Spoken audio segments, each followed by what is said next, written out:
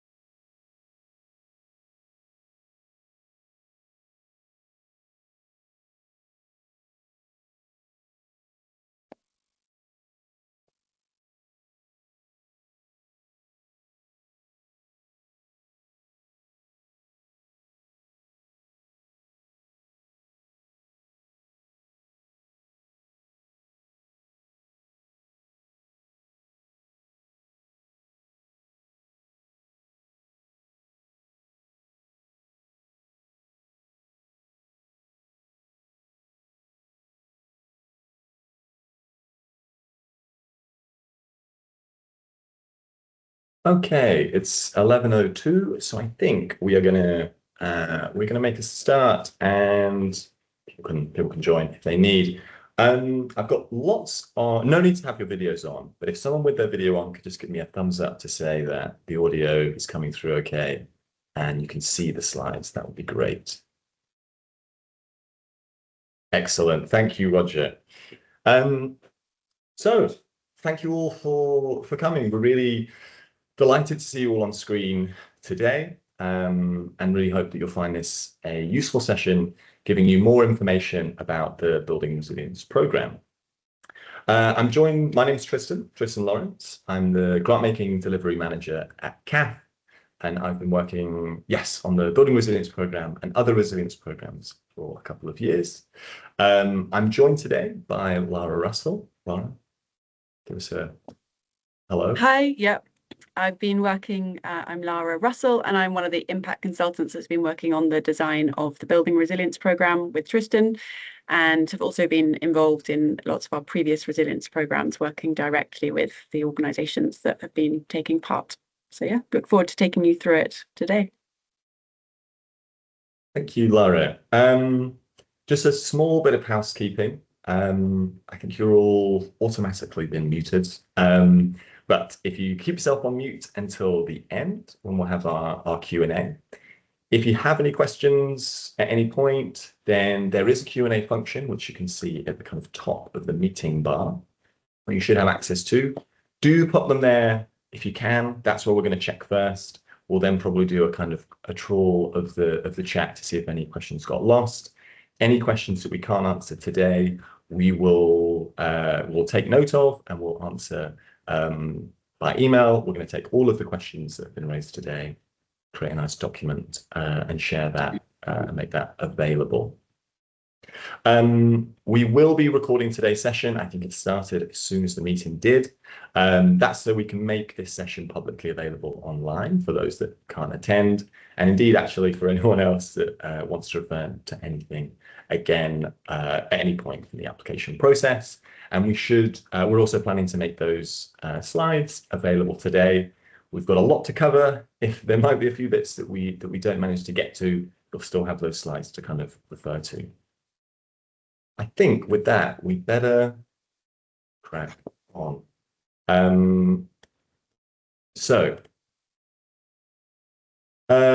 Today's session, we're going to do a quick program overview.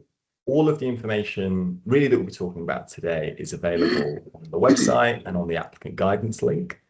So we're going to provide a little bit of nuance on that, but give a bit of a program overview. The real purpose of today, and I think the key takeaway, if you're going to pay attention at any point, the key bit and key takeaway will be when Lara's talking through the tailored support. This is what the program, the USP of the program. This is where we see the greatest impact, and also, I suppose, where we can see some of the biggest questions. So for us, this is the kind of key package, the meat and the sandwich of today's webinar. We're also going to talk through the application process. Again, a lot of that's available online, but we'll talk through some nuances there. And again, we can discuss anything else that comes up at the end. We'll have, if we've got a bit of time, we've got a few final thoughts just to close the session and reflect a little bit about, we're going to be talking a lot about, to make sure the program's right for you, thinking about engagement, thinking about eligibility. And actually, we wanted to kind of finish with a little bit of some of the feedback that we've got from participants in the past, which hopefully will give you, inspiration to apply if it is the right program for you. And as I said, we're going to try and keep as much time as we can for a Q&A session at the end. And just to reiterate, yes, if there's any questions that we don't come to, you can reach out at any time to the brp@CAF Online email address and have those queries responded to there as well. Okay, let us crack on. So one of my reflections, actually, just from some of the inquiries that are coming through into the inbox, and also looking at some of the attendee list, is I thought, actually, let's make sure that everyone here is supposed to be here, that they're going to be eligible. You don't want to find out that you're not after listening to me drone on for X amount of time. So the eligibility criteria is available online, and it's a kind of pre-quiz test before you start your application form. But the key points here I would flag is that, yes, social purpose organisations, you need to be registered in the UK as a charitable. There's all the definitions there. In terms of the total income, we're interested in kind of small and medium-sized charities. And for us, that means kind of between 250,000 to 1.5 million. That's not everyone's definition, but really what we're interested in and what we've learned is that the organisations that are going to best benefit from the kind of intensive support that the programme offers can't be too big, because actually the funding to create that space isn't going to be enough, and the programme isn't going to be, the support's not going to be big enough really to kind of change that organisation substantially. But it also can't be too small, because there is a lot of engagement required for participants to benefit, and the smaller organisations, we found in our experience, kind of struggle a little bit to create that resource. Now, if you feel that that doesn't apply to you, or your income is changing between your most recent set of published accounts and what's coming forward, then what I'd suggest is that you just reach out over email. It's not necessarily a really hard line. As I said, that's what we see as kind of our range. But yes, it's not the most absolute hard line. So what I'd suggest is that you reach out and via email. We can look at that on a case-by-case basis. Now, the biggest point I wanted to stress is that, we couldn't fit freshwater ecosystems into the program name, because it would be interminably long. But this is a program that's designed to support organisations protecting and preserving UK freshwater ecosystems. So if that isn't you, that's not a problem. Feel free to leave. We'll talk a little bit about why that's so important, and perhaps how central that has to be to your work later on. But it's a key piece I wanted to bring up, because I know actually our resilience work moves around from cause area to cause area, and so it's quite easy to think that this might have been working with other types of organisation. Now, that last piece, that last bullet point on the slide is really important to us, and again is a point of learning, that really organisations should think strongly about their ability and willingness to kind of participate in a structured programme of support over 2 years. Now, it isn't consistently high engagement work over that period. Lara's going to talk you through what the kind of journey for that looks like. But actually, this is a 2-year program, and having the ability and capacity to engage some time, some organizational resource and direction to resilience and to the program is kind of essential. And I wanted to add just a couple of other points that we're really interested in, that I think add a little bit of nuance, and that is that, we're going to be advising. I suppose we're funder, but we're really advisor, and where the impact consultants really see the biggest benefit is with organizations that are open to reflection, to learning, and to change. And I think just on that that organization size point, we've also seen that this program's not really designed, doesn't really work for organizations that are in acute crisis. If you've got, we appreciate in the sector, it's a really difficult and challenging time with funding drying up, with funders pausing, re-strategizing, with increased competition. But actually, when we think about the engagement of the program, what we don't want to do is add additional priorities, add additional work when really, the organization is firefighting and has, really considerable either structural, maybe financial, maybe governance issues. That needs to be the immediate priority. This is really about organizations that have a level of stability to be able to engage with. So I thought helpful to reflect on that as well.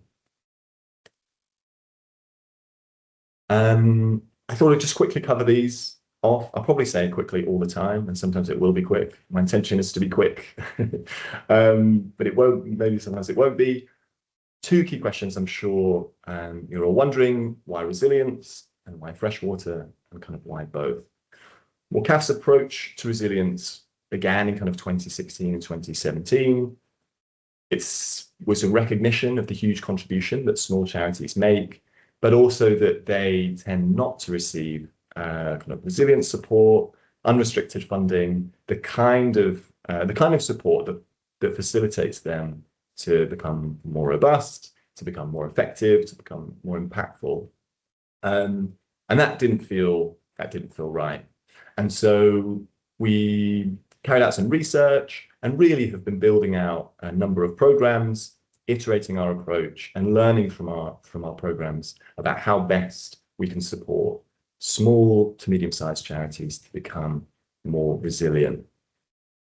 Why freshwater as well? I think, as I mentioned, our programs, our resilience programs in particular, shift from cause area to cause area. For this program, CAF actually had its own funding to dedicate to this support. Sometimes we're using, say, legacy monies, so funds that have been left to CAF. They might have specific reasoning or purpose behind them, so we've got to focus there. I think our reflection was that we really wanted to support charities in the environmental space. And so what we did is we carried out, again, some internal research to find where we can make the biggest difference. And I think what we found was pretty stark, and I'm sure not really news to any of the organizations on the call today, but really underpinning that is the kind of that freshwater ecosystems play a crucial role in providing clean water and supporting biodiversity and helping communities adapt to climate change. They're also the most threatened environments in the UK. And finally, that freshwater organizations actually receive less funding, less slices of the pie than other environmental causes.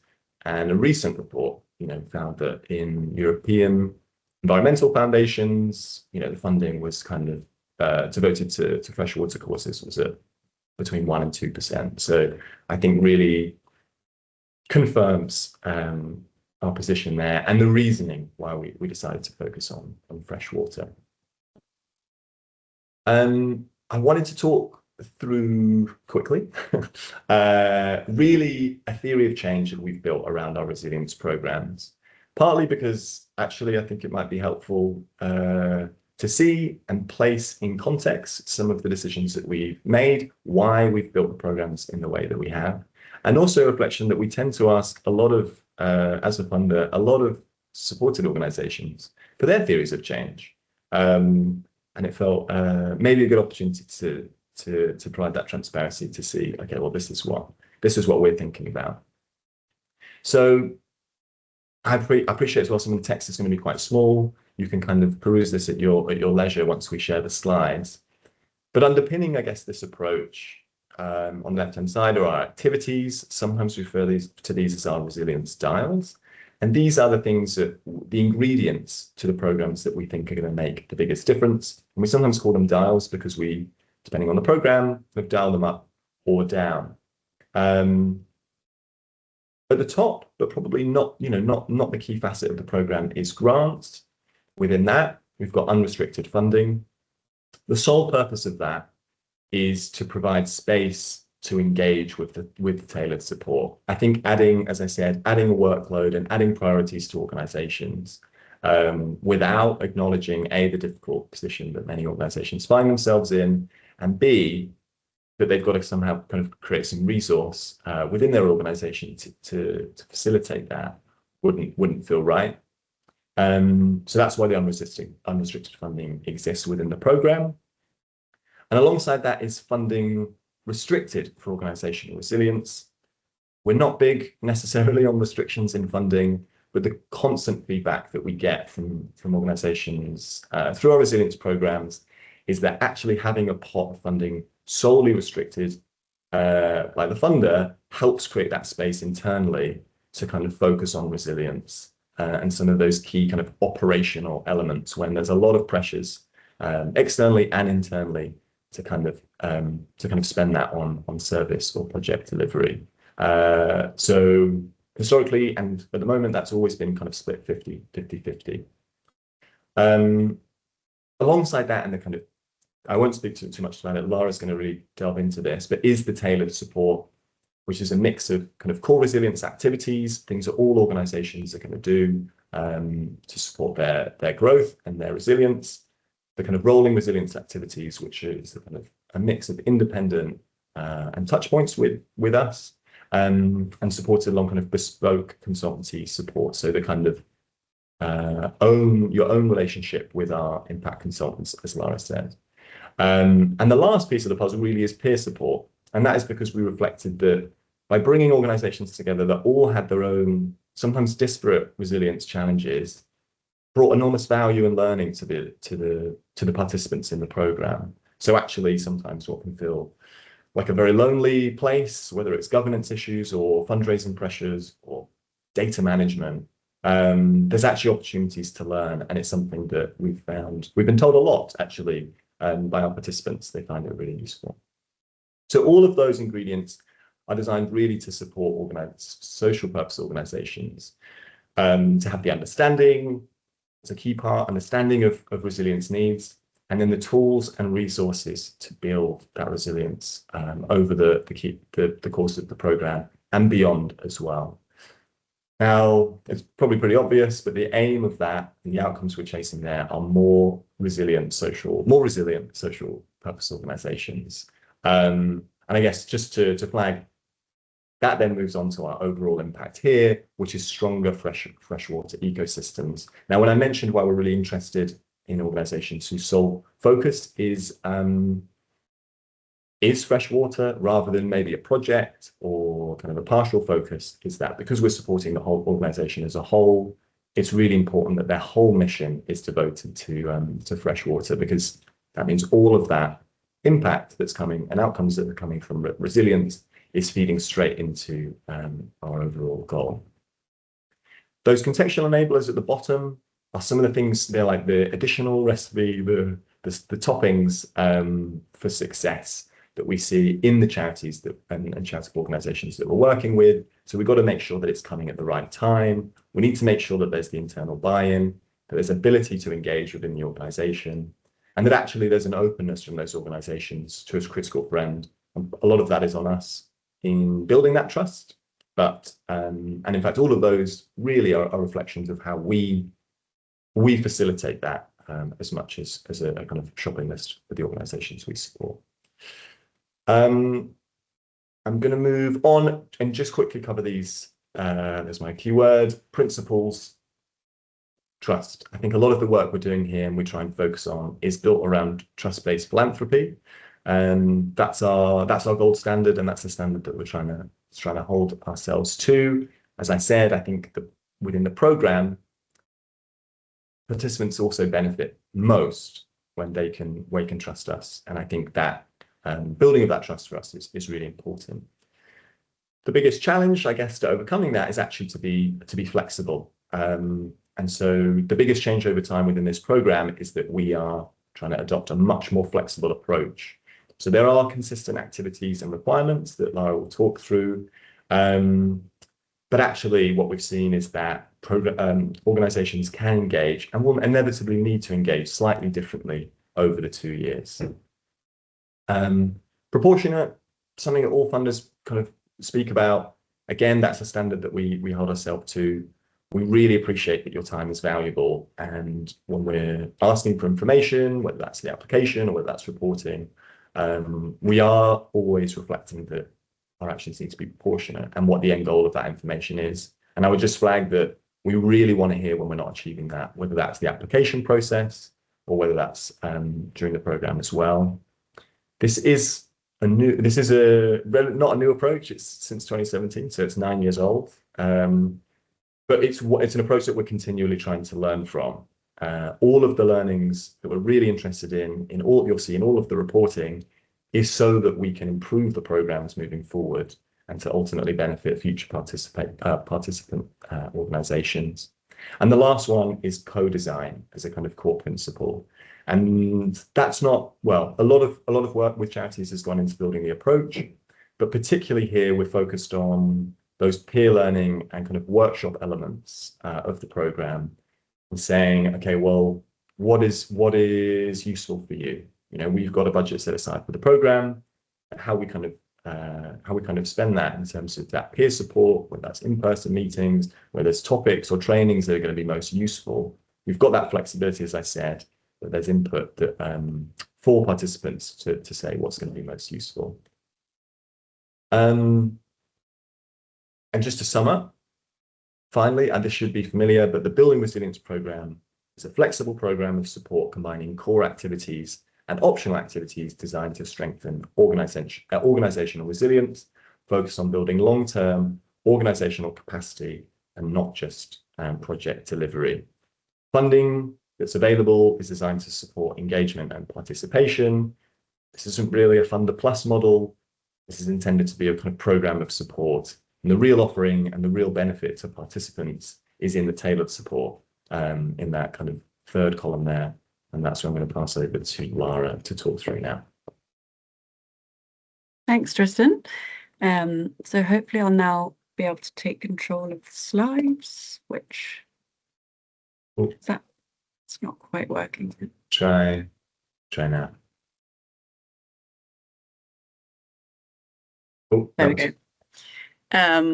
If it gets a bit slow, maybe Tristan, you can keep flicking through. But yeah, so as Tristan said, the tailored support package is really kind of the core and the USP of the Building Resilience Programme, and we wanted to take you through what that looks like. So we have 3 key strands to our support, and this includes the core resilience activities, the rolling resilience activities, and our bespoke consultancy offer. So when we talk about the core resilience activities, yeah, I'm afraid it's not clicking for me. This comprises of a combination of some core webinars and also our resilience analysis and goal setting phase. And this is all about really providing that kind of solid foundation for all participants to really take part in the programme and the rest of the activities on offer throughout the duration of the programme. In the rolling resilience activities, we have this is really the bulk of the programme. So this is where most of the work that you'll be doing will kind of take place. And this is also kind of the more flexible element of the programme. So you'll have your self-directed resilience work, the one-to-one support offered by your dedicated resilience advisor, and then a very flexible programme of workshops, webinars, and peer learning sessions. And we'll come on to what this looks like in more detail in the next slides. And then lastly, we've got the third strand, which is an additional layer of support, kind of building on the core resilience activities and the rolling activities, which you'll be able to dip in and out of. We have a tailored consultancy offer, which will be focused on some really specific goals that you've identified throughout the process. And you'll have access to a consultant from CAF to work with you towards these kind of key deliverables that will really help move the dial in terms of organizational resilience. So if we think about the timeline for this, as Tristan has said, this is a 2-year program, really kicking off in autumn 2026 and continuing until the kind of summer and then obviously reporting beyond that, but summer of 2028. So We'll kick off in October 2026 with some of our kind of core resilience activities. And as we said, this is really about giving everyone a chance to get to grips with what's going to be expected on the programme, but also a chance to reflect on your organisation's strengths and challenges, to work with your resilience advisor to understand what your resilience goals will be and kind of shape how you plan to engage with the programme over the rest of the period. Once these resilience goals and your support plans are in place, this is when you'll kind of start to engage with more of those flexible activities. So the rolling resilience activities will commence in the new year, so January 2027. And then your tailored consultancy support will be available throughout the same period. So kind of from the new year 2027 to the May 2028, and you'll be able to work with your resilience advisor to agree what a suitable timeline would be for you and your organization to make sure that support is delivered at the right point for you in your resilience journey. And then the final part, which is where we'll kind of bring everyone back together for a program review and learning session to really kind of make sure that we're closing off and making the most of the program, but also thinking about next steps and how the cohort will take forwards the learnings from the program. So I'm going to go into all of these core parts in a little bit more detail in the following slides, but to give you a snapshot of that kind of 2-year process, this is what it looks like. If we can go on to the next slides, Tristan, thanks. So yes, as we said, the core resilience activities, a bit of a deep dive into this. This really bookends the process. So if you can imagine, all of your organizations in the cohort will be involved in those first phases, the kind of kickoff and resilience analysis and goal setting. This is when we'll be bringing everyone together to lay the foundations, and then your resilience journeys may take kind of different paths throughout the next 2 stages, and then we'll come back together with that last program review and learning session. And these are the activities which kind of all charities are expected to attend, at kind of the compulsory parts of the program. So within those activities, going into a bit more detail, if we go on to the next slide. So we have, first up in October and November, we've got the 2 kind of core webinars, which will tee you up for the rest of the program. And these are going to be really important to help ensure that everyone gets the most out of the program. It will give you an understanding of the full breadth of support available. We're going to touch on it today, but that's where we'll be able to go into a lot more detail. And we'll also introduce you in more detail to some of our core tools and frameworks that CAF has developed to help support organisational resilience. And actually, as well as introducing you to these kind of concepts, it will be a chance for us to kind of work together and start co-developing as a cohort how we really want to work together and what you want to get out of those more flexible parts of the program, such as the peer learning and networking sessions. We'll be able to kind of shape those together and ensure that everyone is part of that design. Following these initial webinars, we'll go into a phase of resilience analysis and goal setting work with your advisor. And during this phase is where you'll really get to know your advisor and work with them to set out what it is you want to achieve. I'll go into more detail on that on the following slide. But also worth noting that we've got a progress reporting webinar in September when the first of those annual progress reports is due. And then, as we've said, we'll be coming back together to really think about next steps as a cohort and what it is that you want to take away from the programme as it comes to a close, as well as ensuring that we're really capturing the learnings for future cohorts as well. So on the next slide, we will go just to share a little bit more about how we approach the resilience analysis work. So this again is something that CAF has been working on for quite a few years now, since our first resilience programs back in kind of 2017. And we've developed a really great suite of tools which we can draw on to support you with your with the kind of diagnostic phase, understanding and reflecting on your strengths and challenges so that you can really shape the goals that you're working towards and then ensure that you've got the right program of support to help you towards those goals. So you'll be able to work with your resilience advisor, who you'll be matched with at the beginning of the program, and they will support you through the charity self-assessment tool, which is a really great tool to bring together a kind of small group of stakeholders. So often people work with staff and trustees in this stage, and to really do a bit of a deep dive into some of the areas where you might want to to assess kind of where your biggest strengths lie, but also where some other areas of development might be. And we'll use this this tool to help to set out the goals for the program. So as we said, the resilience goals finalized, that's where you'll be crafting those goals that will be really the kind of the North Star for your work. And then we also have a tool called the roadmap, which is essentially a project management tool, which is where you can record your resilience goals and also lay out your plans to work towards these. So it's worth noting that we have this suite of tools. Not everyone will choose to use all of the tools or even use them in the same way. The Charity Resilience Survey is a kind of bonus tool, so to speak. So this is a survey which can be used to reach out to a wider group of staff, trustees, volunteers to really get their thoughts on your strengths, weaknesses, and kind of challenges to overcome. And you can tap into using that tool at any stage in the program, but that's very much optional.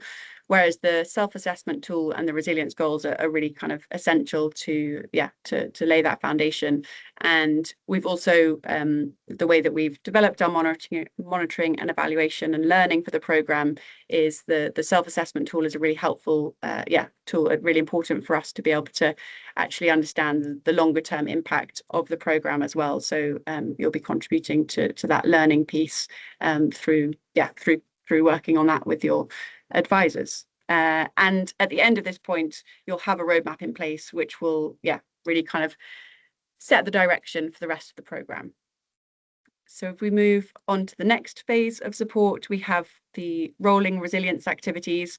And this includes kind of 4 elements. So the self-directed resilience work, which is when you'll be working independently, the one-to-one support, the workshops and webinars, and peer learning sessions. And this is really the kind of the biggest part of the program and will take place, as we said, from January 2027 until around May 2028. So what does that look like? If we go on to the next slide, please. Thank you. So you'll spend the majority of time working on your self-directed resilience work. So that's, kind of independently working towards the agreed resilience priorities that you've identified in that previous phase. And you might choose to use some of the funding, which Tristan has mentioned, to actually support those activities as well. But in addition to the funding, you'll also have your resilience advisor who can offer one-to-one support throughout that period. So the one-to-one support really is designed to help provide kind of a sounding board and for that advisor to act as a kind of critical friend and coach, essentially, to help you work through both the independent work piece, but also to help you get the most out of the CAF support offer. We can, thanks, Tristan. So the one-to-one support, again, it's flexible how you choose to kind of draw on this, but we're expecting that everyone will have at least 16 hours of one-to-one support over the 2-year program, and that might be split, for instance, into a kind of quarterly catch-up with your resilience advisor, and they'll just help to support and review progress towards those resilience goals, perhaps discussing any challenges or additional support that you might want throughout that process. The other 2 parts of the rolling resilience activities really speak to the kind of peer learning and peer networking elements of the program. So we'll have a range of webinars and workshops. We're expecting around 2 or 3 webinars or workshops each year over the 2-year period. And these will be shaped, as we said, by the preferences of the cohort, but some recent examples of sessions or similar sessions that we've run across other programs include sessions on managing change, sessions around leadership and personal resilience for charity leaders, and also exploring other areas such as earned income, social investment, or diversity, equity, and inclusion.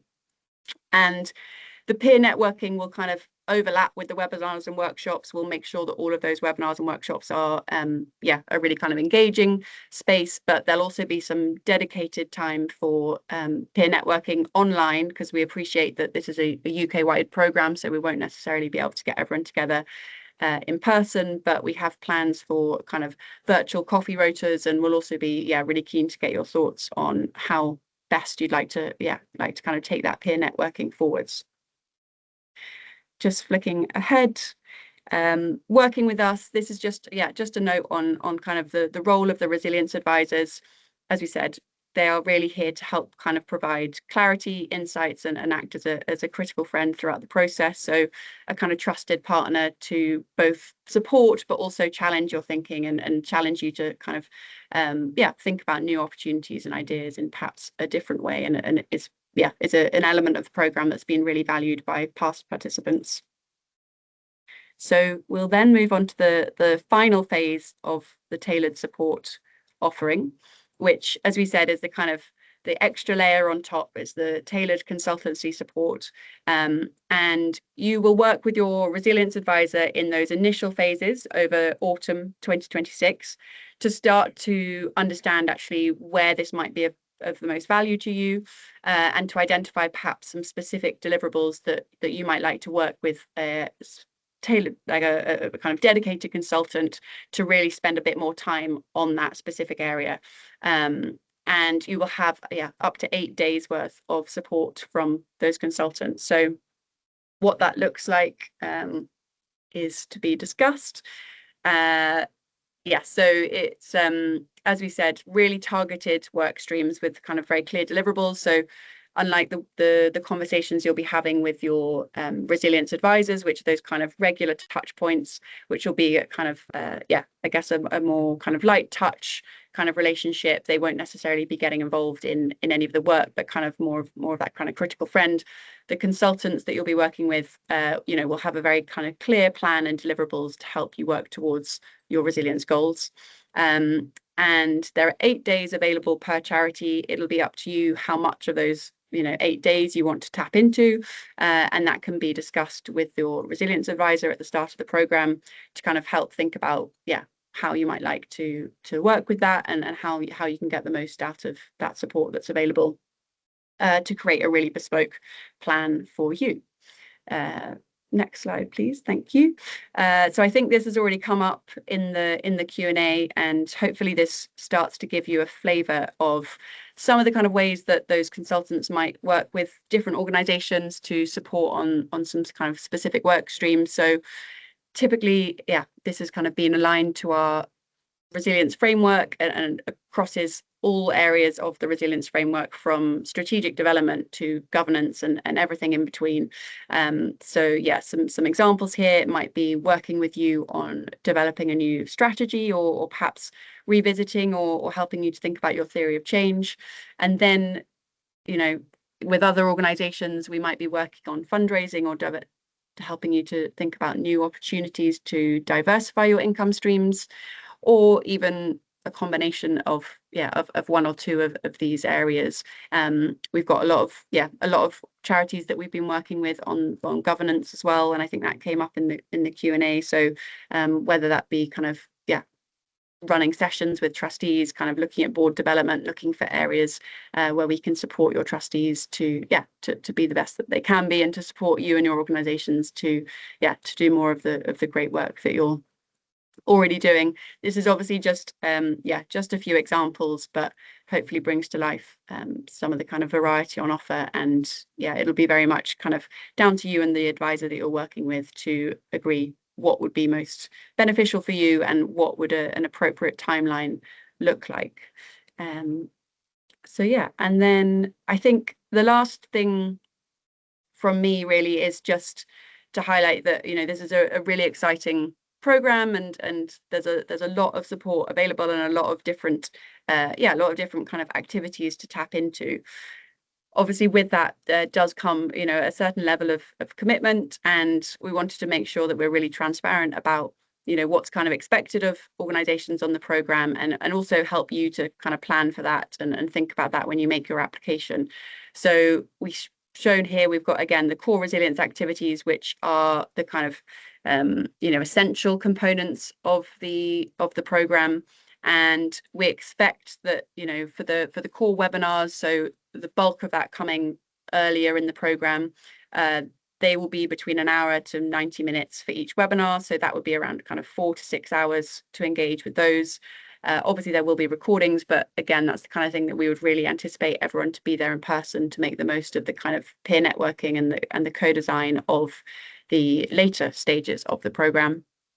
The resilience analysis and goal setting.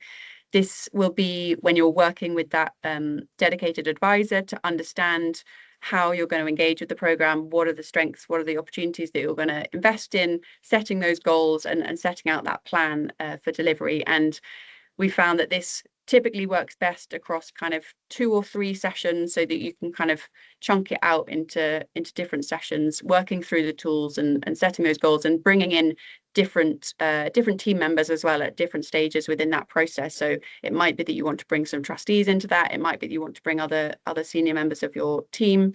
And yeah, again, the time will vary, but I would say at least kind of assuming that there'd be around 4 to 6 hours, and that will take place between kind of mainly in November, December, and then finalizing those plans in January. So there is a kind of chunk of work that that all charities will be engaging with in that first kind of quarter of the program in the run up to Christmas and New Year 2027.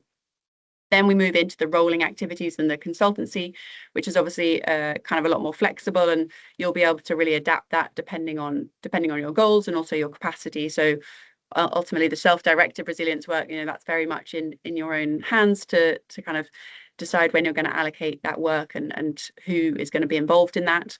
But we would suggest kind of considering in advance, how much time does your leadership team really have to invest in this, and what kind of feels like a proportionate amount for you at this point in your journey. And then 2 hours per quarter for the one-to-one support, workshops and webinars. That'll be at your own, at your leisure to drop in and out. But there's going to be a good range of that. And then the bespoke consultancy, that'll be what you'll set out again, depending on your goals and capacity. And it might be that some people choose just to tap into kind of 1 or 2 days of that. Others might opt for the full 8 days. And then we've got the reporting, which again, really trying to kind of make sure that that's proportionate, and really don't expect that taking much more than an hour per report. But obviously Tristan and the team will go into more on that as and when. Thanks, Tristan. Thank you, Laura.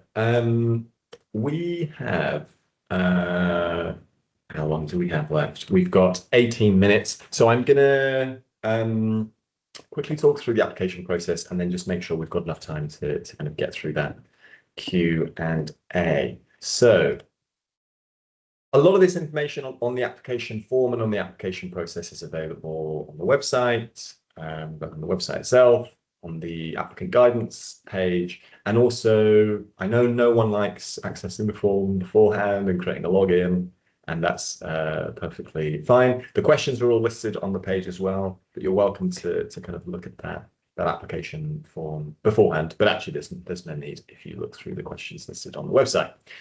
This process is detailed there. As I've mentioned before, the questions for the application forms are available. Really, we're interested in your organisation and its work, your experience in impact. A lot of that will be familiar and hopefully straightforward for you to complete. I think maybe where the time spent, or time best spent, and it's going to take a little bit more different, it's a bit more unique, is the questions around your resilience and priorities. And I think it's worth having those conversations internally about where that might sit. I'm going to talk to that a little bit more on the next slide. We'll be obviously, for good reason, very interested in that. And we'll also be looking at your capacity to engage with the program. So there's questions there as well.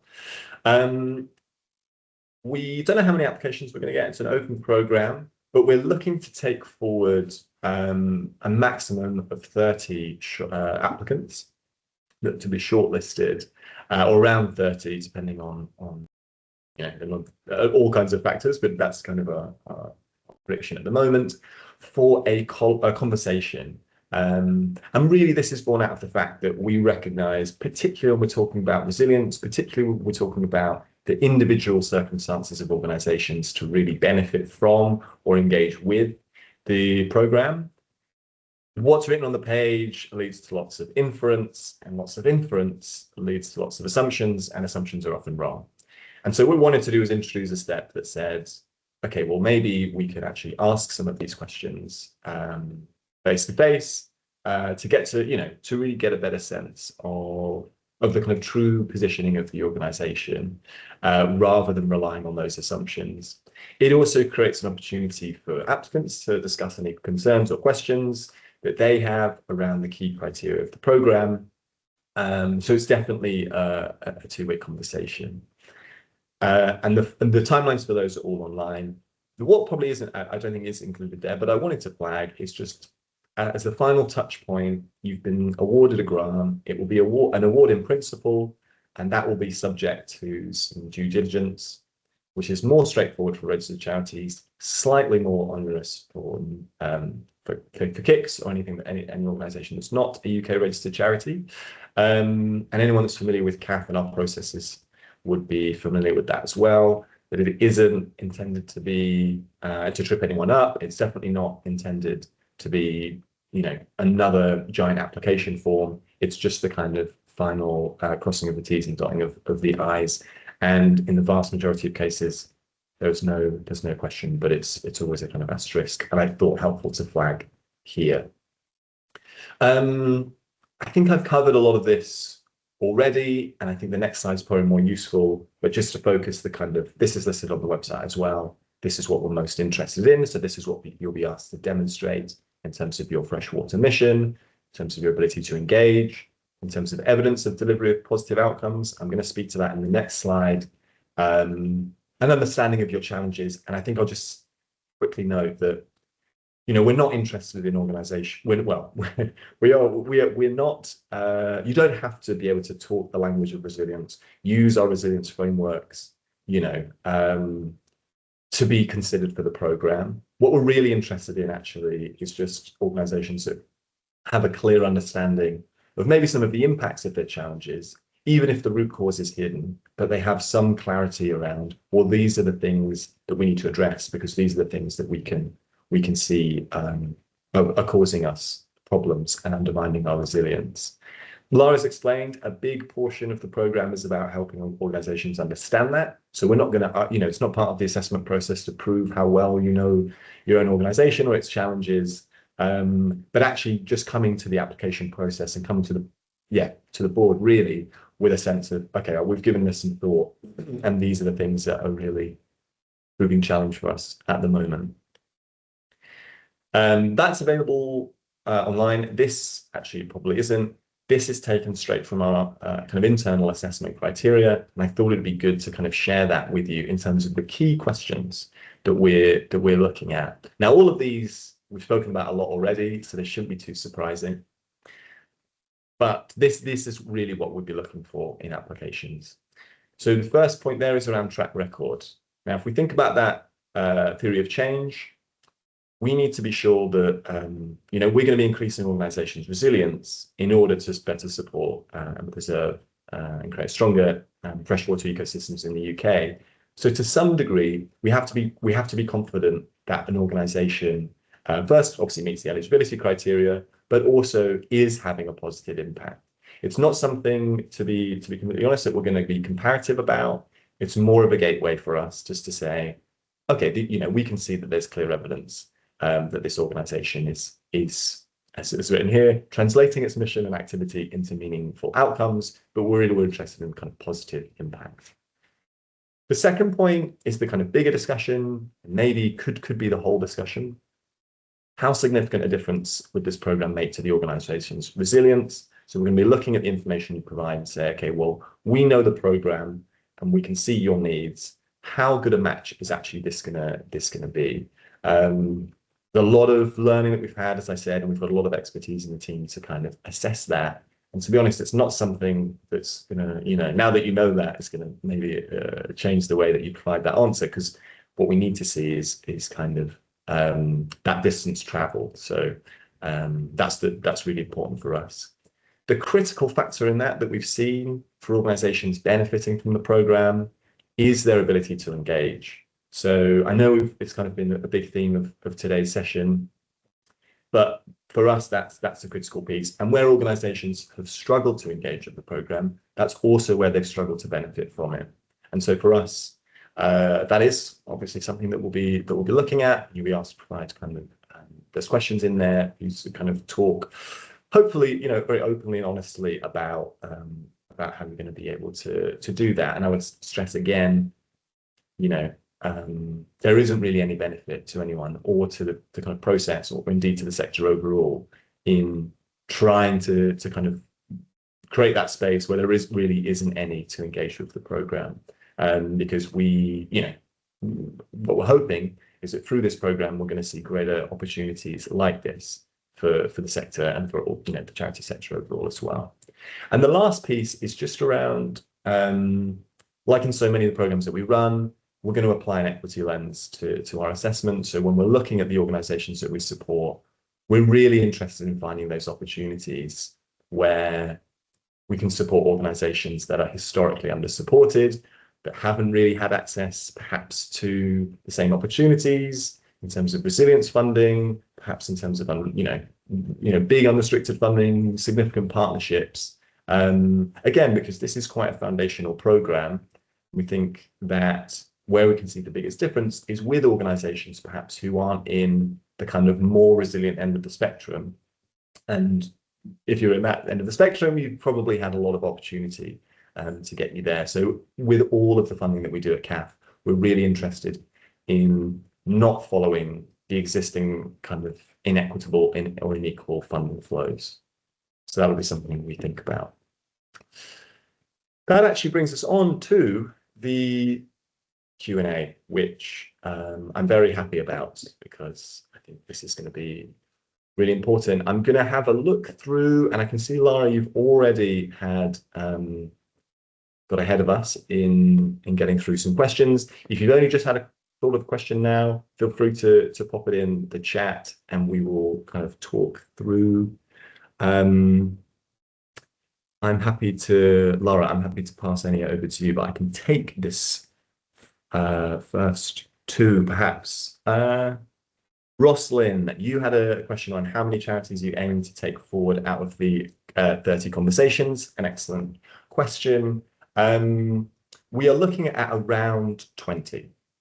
So each request will be different, and I think we'll obviously be conscious in, as I said, finding those right organizations. But if we've got the kind of quality and we've got the numbers to make it possible, then 20 is kind of where we're looking to. So actually, as I said, we don't really have a clear sense of the number of applications it'll be yet, but in terms of that shortlisting, you'll have a good sense from there, and I think a good chance of being successful. There's a question from Martha around how exactly will the restricted funding be expected to be used, for example, to cover staff time on the programme. It's a really good question. We frame the unrestricted funding around, we want to create that space and capacity. That's the purpose. But we're also not restrictive in saying it has to be used on, for example, staff time. So we can see the direct link that you guys have made. It's not an explicit time payment. I guess otherwise it would actually be restricted funding, because I think what we recognize is that sometimes unrestricted funding, it isn't necessarily about the space or the specific staff time. It can actually just be about addressing issues that have arisen over the course of the program. And in fact, if you just got that funding where you didn't have funding before, then as an organization, you're going to have a bit more time. So we're interested in how that's been spent, and the overall purpose is that it does kind of facilitate engagement with the program. We will ask organizations how it's been spent as part of the reporting, because it helps us understand the purpose that it's been designed to serve. But there isn't, I guess, any expectations or restrictions. I just realized I've been talking about unrestricted funding for this whole time, and it's the questions about restricted funding. So there's an overview of unrestricted funding. Lara, why don't you talk to us about restricted funding? Yeah, of course. I mean, there's been a lot of different examples around how the restricted funding has been used. For some people, it might well be staff time on the program. And actually, we've seen people costing that up, and would really encourage you to kind of think about a full cost recovery approach to any of the work that you'll be doing on your resilience activities. So yeah, that's very much an opportunity. Others have used it perhaps for specific training or development needs within their organization. There's also an opportunity to use some of that funding for actually specific consultancy work. Perhaps you've got someone that you've worked with before in a specific area, and yeah, whilst we do have the consultants available at CAF, you might want to layer that up with yeah, other external expertise in particular areas. Whilst it's restricted to build your resilience, there really is a lot of kind of flexibility in how organizations have used that. I don't know if there's any other examples that you would give, Tristan, in terms of how other people have used it creatively. I suppose sometimes it can just be the kind of if you've got an M&E as your interest and you're looking at database management, that could be something to say, okay, well, we want to trial a couple of approaches with different like CRMs. providers. Exactly, yeah. So it can be, as Laura says, it's still very flexible, and we've seen lots of different ways that it can be used. You've got a few other questions on the budget. Yes. Yes. There isn't a budget. You go. No, go ahead. But that's I can't that's remember right. exactly the application In questions. short, yes. So we're not. There's no budget. I suppose what we're not interested, and this has been a piece of learning for us, on asking you how you would spend the funding before you have gone through the core resilience activities and analysis and goal setting, because for us, it doesn't really, it's a waste of time. We will talk you through and have a resilience plan with you once you've gone through the process, because that's when you're going to be building that budget for how you would spend the funding. So there isn't a detailed budget as part of the application process, and in fact there isn't a budget at all. What we're really interested in is you as an organization, some of the challenges that you might have, but we're not going to be reviewing those answers and thinking, well, I don't know if that's achievable within the funding, and I wonder how they're going to spend the funding against that, because we know that may change. And actually, over the course of the 2 years of the program, your resilience needs might shift and change. We live in a time of a lot of kind of new crises every other week, and that happens over the course of a 2-year program. So we've kind of explicitly removed any budgeting or any notion of kind of how you specifically spend the funding as part of the process. Are there likely to be any future rounds for freshwater organizations? At the moment, this is, I guess, our only round in development. But what I would say is that we're trying to build cases for both this approach and for this kind of area of support. So I think it would very much be in our minds to try and find future possibilities to work with freshwater organizations. But at the moment, this is the only one that we've got at CAF in the fire. We've got a couple of questions. Yeah, there you go. Oh, sorry. I was just going to say, your question around your main program as being freshwater or focused. If your organization also works on non-freshwater programs, will this be a problem? As I kind of said, possibly. What I suggest is if you email in, we can kind of look at that on a case-by-case basis and understand kind of how well it fits.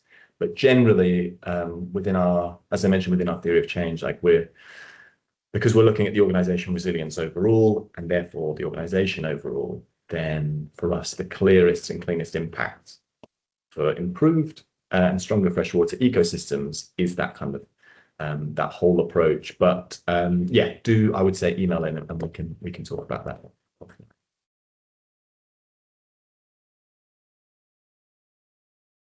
And Haley, that I see also reflects to you. So yeah, just I don't want to give any definitive answers, but do email in and we can we can address that.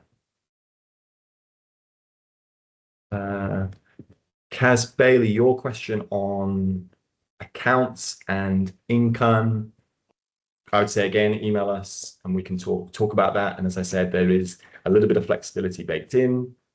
The problem, of course, always is if you're coming in under, and then maybe a reflection, you might technically be eligible, but after the process, we might feel, do you know what? Actually, seeing all of the information you've provided, we still feel that you're too small. So I would say, let's talk about that offline, but that's kind of the discussion that we tend to have. And Lara, I don't know if you want to take Martha's question. Yeah, thanks, Martha.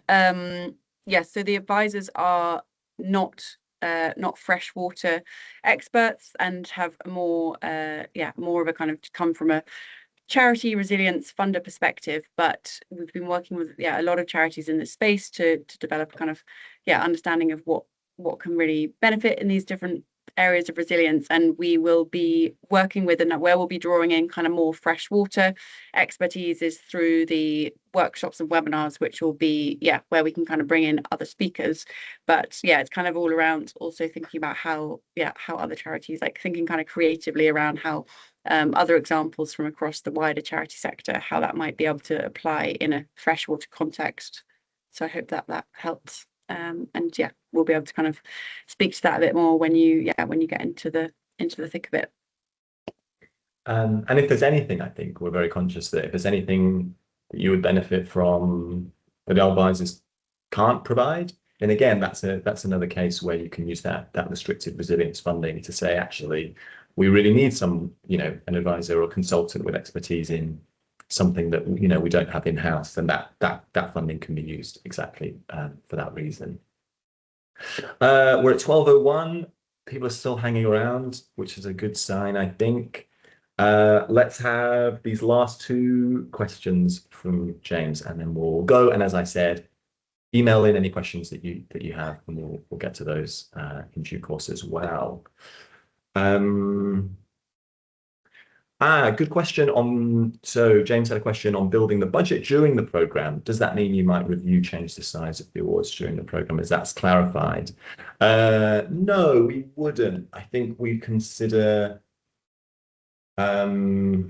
we definitely wouldn't do that. I think we consider the kind of the ask to be reflective of the challenge, perhaps, that you feel is adequate and the funding that you're going to need. And I suppose also we think about, what is proportionate to the organization. What we're more keen on, or what we're more focused on, is ensuring that, I guess, organizations just have enough funding to kind of support their goals. And I guess really, because for us, the key pieces is that additional and tailored support. The funding, we wouldn't review that again. So yes. And James also had a question on staff working on program training, etc. Do we need to include budgets to pay for your consultants? Lara, I think you've shaken your head there, but do you want to take that one? No, that is addition. That's kind of pro bono support through CAF. So there's definitely no need to factor that into thinking about how you'll be using your funding. Okay.